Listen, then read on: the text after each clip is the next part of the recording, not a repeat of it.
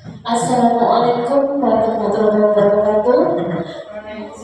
Waalaikumsalam.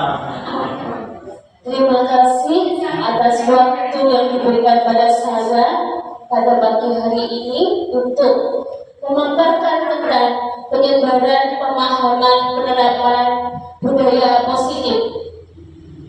Bapak Ibu sekalian, di sini akan saya laksanakan workshop yaitu tentang penyebaran budaya positif di sekolah kita. Di sini perkenalkan saya Clara Sasmita Tias, calon guru penggerak angkatan 10 dari Kabupaten Kediri. Di sini ada Bapak pengajar praktek saya, Bapak Dwi Sulistyo Nugroho, dan fasilitator saya yaitu Bapak Slamet Supriyadi MED.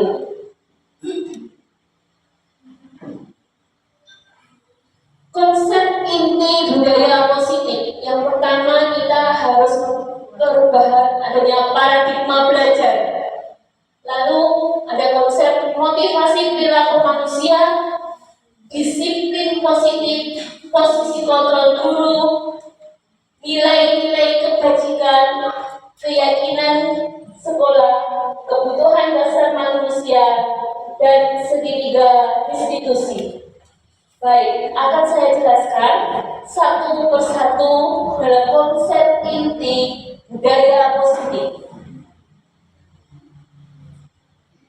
Paradigma perubahan paradigma belajar. Perubahan paradigma belajar.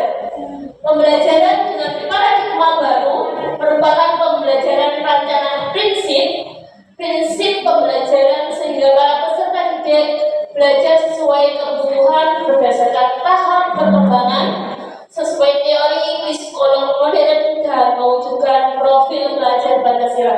Di sini ada profil pelajar Pancasila yang pertama apa? Bapak Ibu? Ya, beriman, bertakwa kepada Tuhan Yang Maha Esa, mandiri, bernalar kritis, kreatif, lalu gotong royong dan apa? Ya, tentunya ada berwawasan global.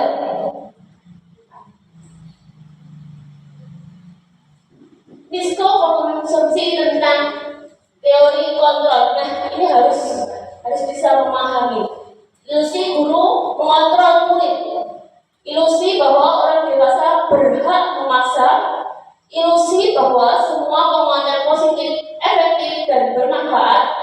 Ilusi bahwa kritik dan membuat rasa bersalah mampu menguatkan karakter dewasa berhak memaksa. Sebenarnya tidak berhak memaksa. Nanti ada penjelasan di teori kontrol manusia dan segitiga institusi. Ini adalah miskonsepsi tentang teori kontrol. Jadi dalam teori kontrol ada 4 ilusi. Ilusi itu berarti apa? Iya, kesalahan. Berikutnya, merubah paradigma stimulus respon ke posisi kontrol. Dalam stimulus respon, realitas kebutuhan kita itu sama. Semua orang melihat hal yang sama. Kita mencoba mengubah orang agar berpandangan sama dengan kita. Perilaku buruk dilihat sebagai suatu kesalahan. Orang lain bisa mengontrol saya bisa mengontrol orang lain. Pemaksaan ada pada saat bujukan gagal. Lalu ada model berpikir menang atau kalah. Di sini ada teori kontrolnya. Kebutuhan manusia, jelas teori kontrol kita, kebutuhan kita berbeda. Lalu semua orang melihat hal yang sama. Teori kontrolnya, setiap orang memiliki gambar yang berbeda. Jenengan dan saya mesti dalam mendidik anak-anak memiliki gambar yang berbeda.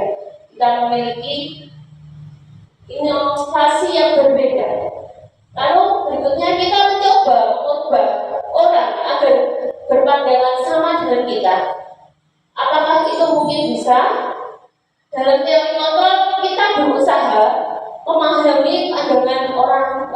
mengenali tentang dunia.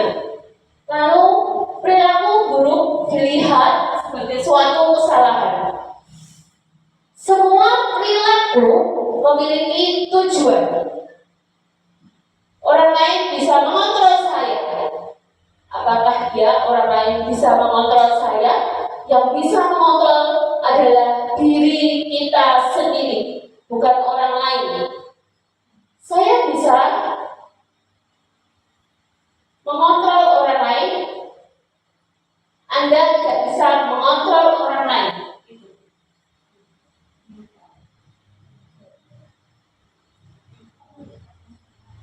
Pemaksaan ada pada saat bujukan gagal. Di sini harus ada kolaborasi dan konsensus menciptakan pilihan-pilihan baru. Yaitu kita bisa saling bekerja sama dalam menciptakan sebuah pilihan-pilihan baru. Visi-visi sekolah bisa kita laksanakan dengan adanya kolaborasi dengan kepala sekolah dan teman sejawat. Itu misalnya. Lalu yang berikutnya adalah model berpikir menang atau kalah. Dalam model berpikir menang atau kalah, pasti semua orang akan berpikir ingin menang, ingin jadi nomor satu. Yang berikutnya adalah disiplin positif. Disiplin berasal dari kata disiplina yang artinya belajar. Mengacu pada disiplin diri yang memiliki tanggung jawab terhadap apa yang dilakukan berdasarkan nilai-nilai keyakinan. Jadi disiplin itu juga termasuk model sebuah tanggung jawab. Jika kita disiplin pada diri kita, maka kita juga akan bertanggung jawab atas diri kita, atas apa yang kita lakukan atau perilaku apa yang kita lakukan itu menjadi tanggung jawab diri kita. Jadi jika seandainya kita itu berbicara pada anak, juga harus berhati-hati. Kita juga harus bertanggung jawab dengan apa yang kita katakan pada anak ya. Jangan dia bu. Lalu disiplin positif merupakan salah satu cara menerapkan disiplin yang bertujuan untuk menumbuhkan kesadaran serta menyebarkan peserta didik tanpa imbalan atau penghargaan atau reward. Misalnya ada yang juara 1, lalu bapak ibu guru karena bangga, karena senang, mungkin juga termasuk murid yang favorit, lalu ibu guru berikan hadiah. Ini termasuk kekeliruan karena akan berkelanjutan sejauhnya itu akan seperti ini. Oh, saya kalau rajin belajar akan diberi hadiah. Seandainya waktu itu nilainya jelek dan tidak menjadi juara, dia tidak mendapatkan imbalan, akhirnya di kehidupan selanjutnya atau di sekolah selanjutnya atau kelas selanjutnya dia akan malas belajar. Seperti itu. Jadi untuk reward itu seperti sebuah, harus hati-hati, itu sebuah tekanan juga pada anak-anak. Jadi harus hati-hati juga waktu memberikan hadiah atau reward. Dan juga ancaman dan hukuman berbeda juga. Ini ancaman atau hukuman. Kita menghukum anak itu juga harus tidak boleh atau tidak ada hukuman. Walaupun anak-anak melakukan sebuah kesalahan. Yang berikutnya yaitu sebagai pendidik, tujuan kita adalah menciptakan peserta didik yang memiliki disiplin diri sehingga mereka berperilaku mengacu pada nilai-nilai kebajikan universal, memiliki motivasi intrinsik dalam perubahan perilaku ke arah yang lebih baik. Jadi tujuan disiplin itu dibiasakan, lalu lama-lama akan terbiasa, akan membawa mereka untuk menjadi anak yang disiplin, lalu lebih ke arah yang lebih baik itu. Next. Nah, sekarang kita ke nilai-nilai kebajikan.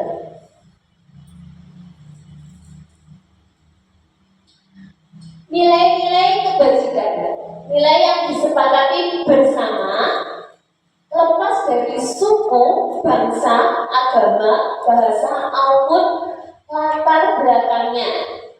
Nah, sekarang contoh nilai kebajikan universal dari institusi. Ini ada profil pelajar Pancasila, ada 6 karakternya. Beriman, bertakwa pada Tuhan Yang Maha Esa, berakhlak mulia, lalu mandiri, ada lima ya, ada 5. Yang kedua adalah mandiri, yang ketiga bernalar kritis, keempat berkebinekaan global, bergotong royong, dan kreatif. Ini adalah dari profil pelajar Pancasila. Menjadi nilai-nilai kebajikan: beriman, bertakwa pada Tuhan Yang Maha Esa, dan berakhlak mulia, mandiri, bernalar kritis, berkebinekaan global, bergotong royong, dan kreatif. Lalu untuk nilai kebajikan kedua yaitu toleransi, rasa hormat, integritas, mandiri, menghargai, antusias, empati, keingintahuan, kreatif, kerjasama, percaya diri, komitmen. Lalu ada nilai keterampilan hidup atau life skill, dapat dipercaya, lurus hati, pendengar yang aktif, tidak merendahkan orang lain, memberikan yang terbaik dari diri.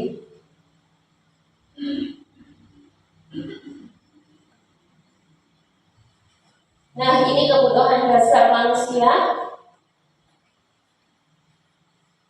Kebutuhan dasar manusia seluruhnya tidak akan manusia memiliki tujuan tertentu. Semua yang kita lakukan adalah usaha terbaik kita dari mendapatkan apa yang kita inginkan. Ketika kita mendapatkan apa yang kita inginkan, semua yang dilakukan memiliki tujuan tertentu, yaitu untuk memenuhi kebutuhan dasar. Nah, kebutuhan dasar hidup tentunya kesehatan, rumah, pakaian, yaitu kebutuhan pokok. Lalu kasih sayang dan rasa diterima, kebutuhan untuk memberi dan menerima kasih sayang, kebutuhan akan hubungan dan koneksi sosial. Lalu ada kesenangan, mencari kesenangan, bermain, dan berketawa bersama. Ada penguasaan, menjadi komitmen, terakhir diakui, didengarkan, dan memiliki rasa harga diri. Lalu ada kebebasan, kemandirian, otonomi, memiliki pilihan, dan mampu mengendalikan arah hidup seseorang. Ini motivasi perilaku manusia.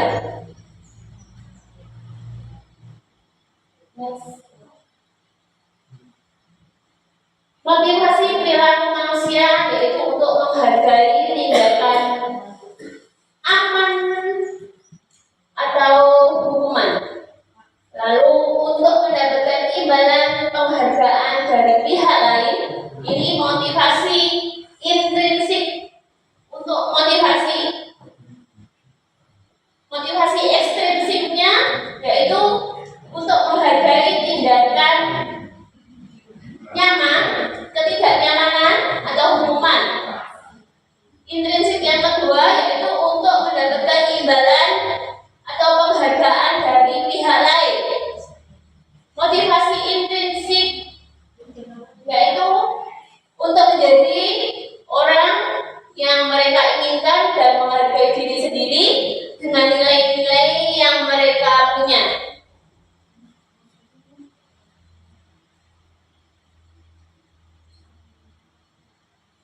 Ini ada motivasi perilaku manusia, ada hukuman.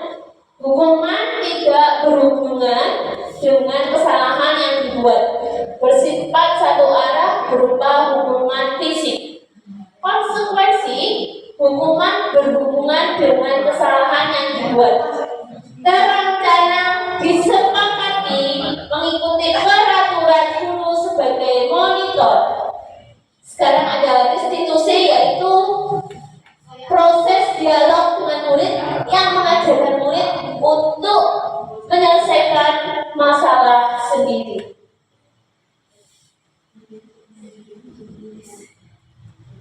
Posisi kontrol guru. Posisi kontrol guru: penghukum, pemantau, teman, pembuat rasa bersalah, dan manajer. Bapak Ibu, kira-kira jelas yang mana? Sebagai penghukum, pernahkah selama Bapak Ibu? Pernah. Pemantau? Pernah. Sebagai teman? Ya. Pembuat merasa bersalah? Ya. Yo, bandingin kadang awak dhewe. Manajer? Ya. Kiranya penghukum, jangan sampai kita menjadi penghukum, karena dengan penghukum anak-anak akan memiliki rasa dendam pada kita. Pemantau, hanya melihat tanpa mengarahkan anak didik kita, itu juga kurang pas. Sebagai teman bisa, sebagai teman mereka bisa, tapi tidak harus selalu menjadi teman. Nanti kita tidak dihargai oleh anak-anak.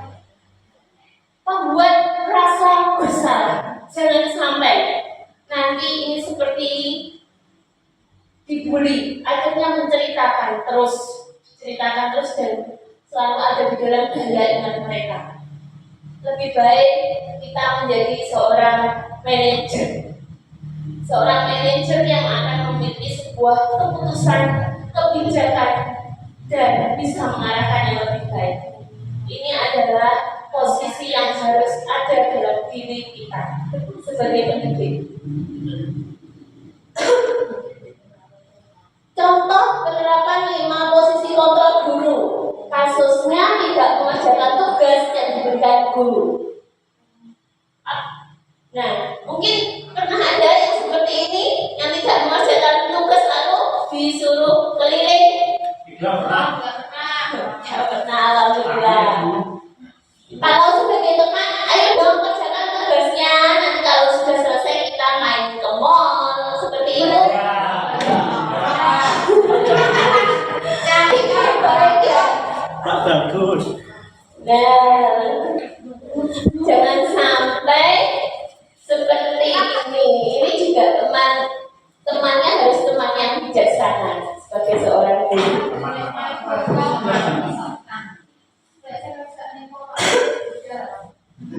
Membuat merasa bersalah. Kamu sudah berkali-kali ibu ingatkan, kamu memang senang ya jika melihat ibu ditegur oleh kepala sekolah.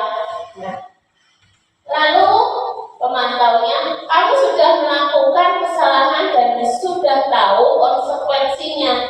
Sekarang selesaikan tugasmu dan segera dikumpulkan. Ini hanya memerintah memantau apakah anak tersebut mengerjakan PR atau tidak. Nah, ini yang tepat.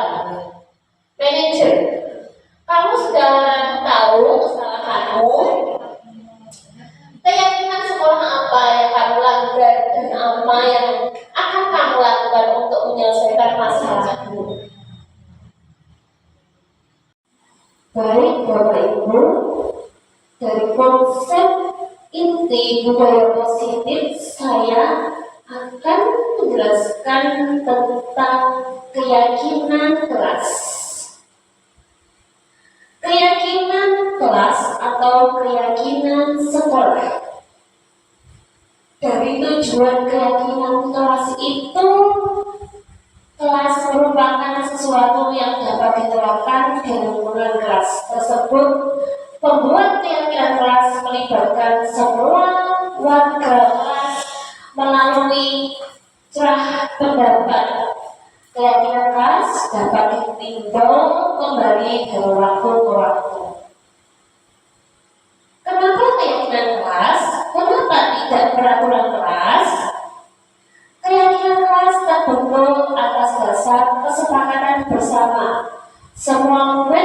dengan tuntunan dan bimbingan dari guru. Keyakinan kelas merupakan hasil diskusi mufakat bersama apa saja yang menjadi aturan yang ada dituangkan poin ini. Apa saja yang dimasukkan ke dalam keyakinan kelas yang dibuat serta apa konsekuensi bersama sehingga ribut yang diterima merupakan arahan sebagai imbasan dari aturan yang ditetapkan sepihak oleh guru. Nah, di sini ada tahapan-tahapan nilai menciptakan kebajikan. Yaitu dalam keyakinan kelas ada tahapan kebajikannya, Bapak Ibu. Yang pertama yaitu beriman dan bertakwa pada Tuhan Yang Maha Esa dan berakhlak mulia. Yang kedua, berkebinekaan global. Yang ketiga, gotong royong dan mandiri. Yang keempat, kreatif dan bernalar kritis sesuai dengan profil pelajar Pancasila. Nah, di sini ada contoh pembentukan keyakinan kelas. Hormat tampak seperti datang tepat waktu. Yang tidak tampak dalam kondisi ini sering hadir terlambat. Yang kedua yaitu menyapa teman dan guru setiap hari. Itu yang tampak pada anak-anak. Yang tidak tampak yaitu anak yang acuh dan tak acuh pada guru atau temannya. Lalu mengambil barang teman yang dan tidak mengucapkan terima kasih. Walaupun itu hanya ucapan hal sepele, namun ucapan terima kasih itu sangatlah penting dan juga harus dibiasakan. Kita memberi contoh jika anak-anak memberi kita makanan atau kita minta tolong kepada anak-anak, itu jangan lupa kita juga mengucapkan terima kasih seperti itu. Hal yang tak tampak tidak mengembalikan barang dari teman. Dan setelah meminjam barang tadi, anak-anak tidak mengucapkan terima kasih pada temannya. Itu. Lalu bekerja. Tepat, tekun, belajar dan menyimak guru. Tidak tampaknya yaitu tidak mendengarkan guru dan acuh tak acuh. Di dalam pembelajaran pasti di dalam kelas itu ada anak-anak yang begitu tekun dan memperhatikan kita saat dijelaskan. Namun terkadang beberapa anak acuh tak acuh dan tidak peduli pada kita. Lalu yang berikutnya yaitu mengarahkan tugas tepat waktu. Menyerahkan tugas tepat waktu. Nah, di sini ada kalau jika anak itu rajin sampai dikasih PR atau tugas sama bapak ibu guru langsung dikerjakan, langsung dikumpulkan. Nah, yang tidak tampaknya tugas itu tidak diberikan kepada kita, lalu memberikan hasil terbaik. Asal mengerjakan tugas. Jadi ada beberapa anak yang asal-asalkan yang penting menjawab, mengerjakan, tidak mencari jawaban dulu, tapi jawabannya itu diawur. Yang penting mengerjakan. Setelah kita koreksi, ternyata jawaban itu salah. Itu berarti anak tersebut tidak benar-benar mengerjakan dan tidak memberikan hasil terbaik. Rasa diterima dan dimiliki tampak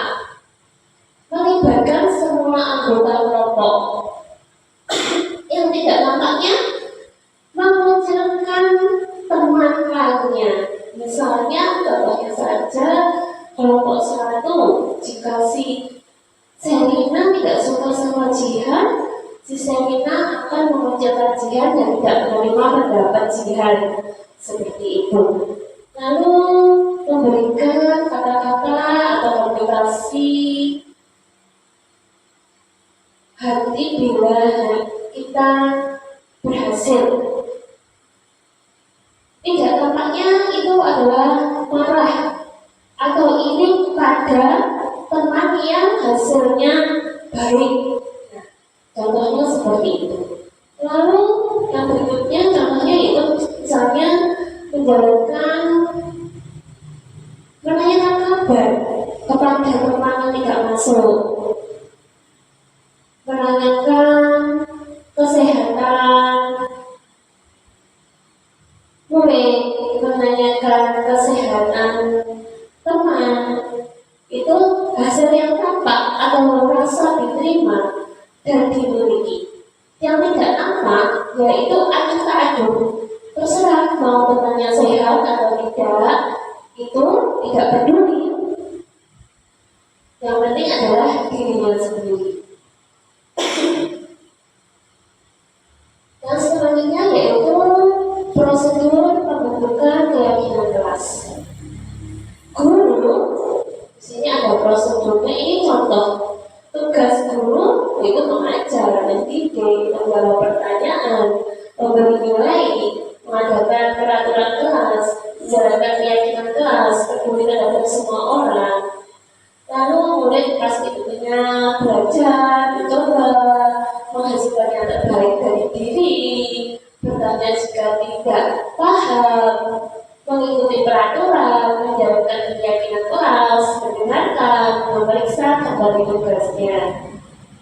Nah, lalu tugas guru yaitu menyepakati atau disepakati, memaksa kamu untuk belajar, merapikan barang-barang murid, menyiapkan makanan atau barang-barang alat tulis. Guru tugasnya bukan menyepakati, bukan memalu, bukan merusak barang pribadi orang lain, melakukan tugasnya stimulus untuk teman kamu. Ini adalah prosedur pembentukan keyakinan kelas. Bisa kita, ini contoh prosedurnya seperti ini, pembuatan keyakinan kelas. Nah, ini ada kegiatan keyakinan kelas. Tanyakan pendapat murid tentang masalah dan harapan kita. Kita tanyakan dulu, kelas kita maunya seperti apa? Lalu bagaimana? Kalian ingin kelas kalian yang seperti apa, yang baik seperti apa, seperti itu. Yang kedua, eksplorasi ide dari murid untuk mencapai kelas impian. Jadi anak diberitahu, anak, ingin kelas impian seperti apa? Ini budaya positif di sebuah kelas itu apa? Seperti itu. Ini lebih baik seperti apa di dalam kelas itu? Misalnya di kelas 4, misalnya di kelas saya, apa impian kalian? Saya tanyakan untuk pembuatan keyakinan kelas. Yang ketiga, ambil kesimpulan dari ide-ide murid. Kita menyampaikan kesimpulan, membuat seperti kartu, lembar kertas itu untuk membuat suara terbanyak pada siswa kita. Lalu yang keempat, mengubah ide menjadi keyakinan kelas.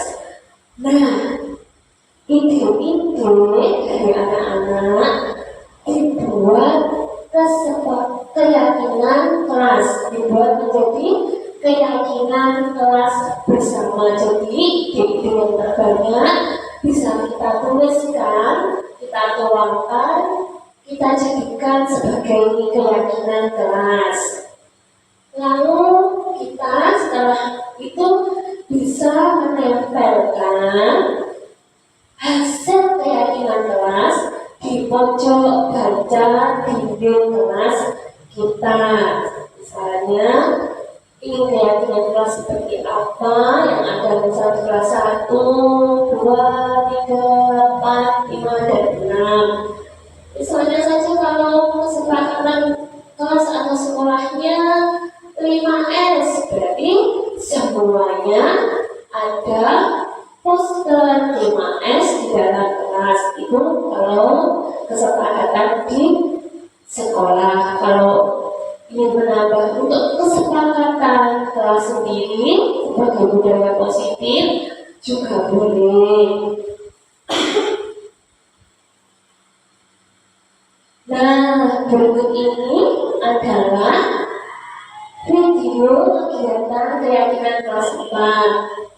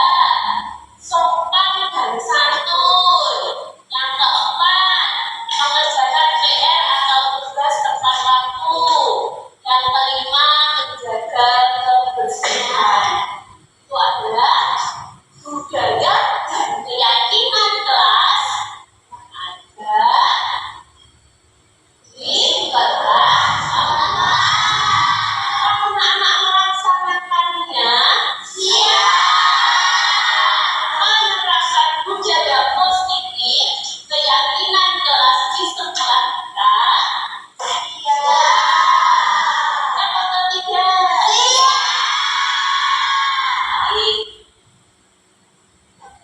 Kita lakukan, lalu nanti kita buat pajangan untuk belajar kita supaya anak-anak ingat nanti siapa yang tidak melaksanakan keyakinan kelas berarti sudah melanggar aturan yang sudah disertakan. Terima kasih anak-anak, kelas yang baik. Sekarang akan menempelkannya di pojok baca kelas kita.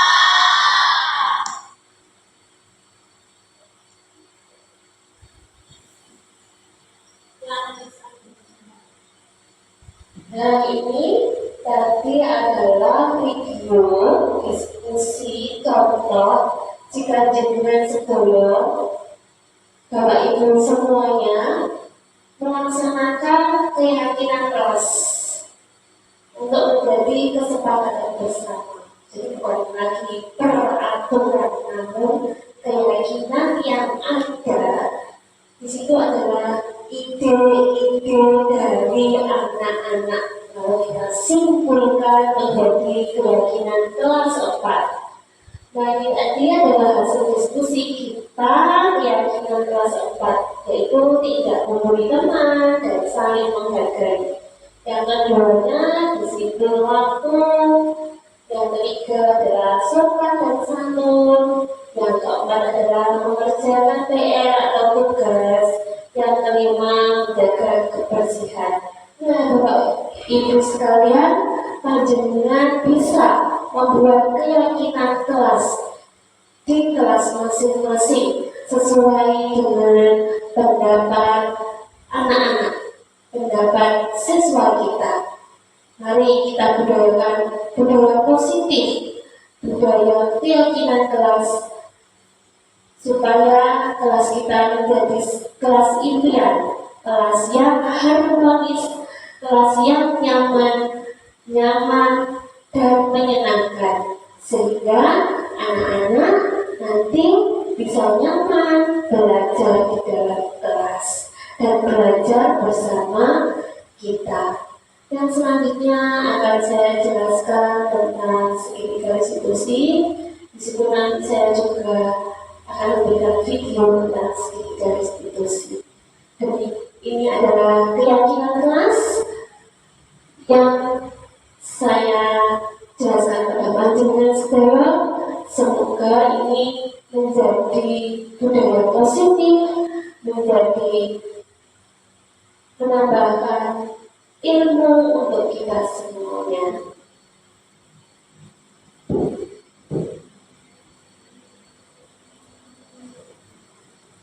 Bertanya, jadi kita bertanya dulu pada anak tersebut.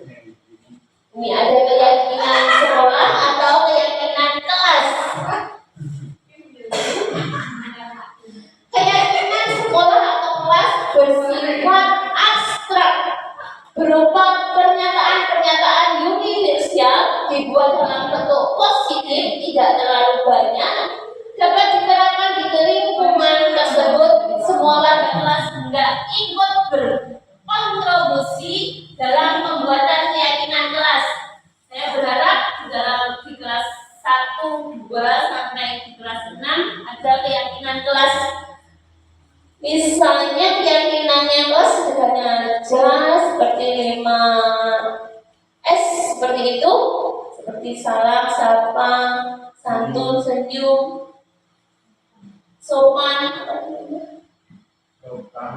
santun ya.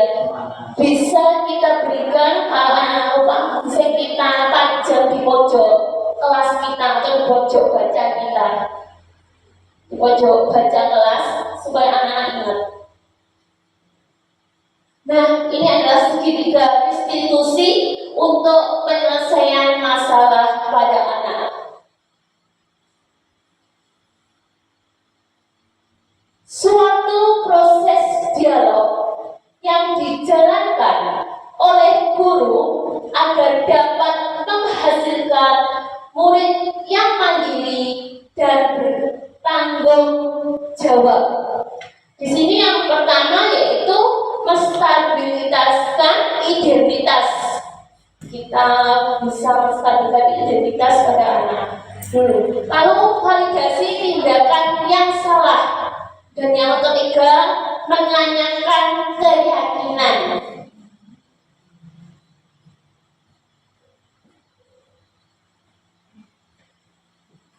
Menstabilkan identitas berdasarkan prinsip bahwa membuat kesalahan adalah bagian dari proses pembelajaran.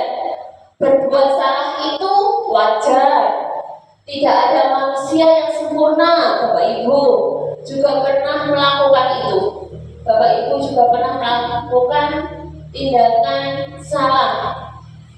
Tidak mau mencari siapa yang salah, tapi Bapak Ibu ingin mencari solusi dari permasalahan ini.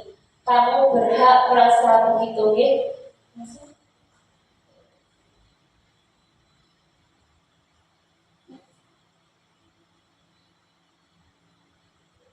Menanyakan keyakinan berdasarkan prinsip nilai-nilai kebajikan yang siswa percaya dan berpindah menjadi orang yang dia inginkan dan kehidupan yang dia inginkan. Apa keyakinan kelas kita? Nilai-nilai apa yang telah disepakati bersama? Seperti apa gambar sebuah kelas yang ideal menurut kita? Kamu ingin menjadi orang seperti apa? Seperti itu. Baik, di sini saya juga membuat video institusi tentang anak yang sedang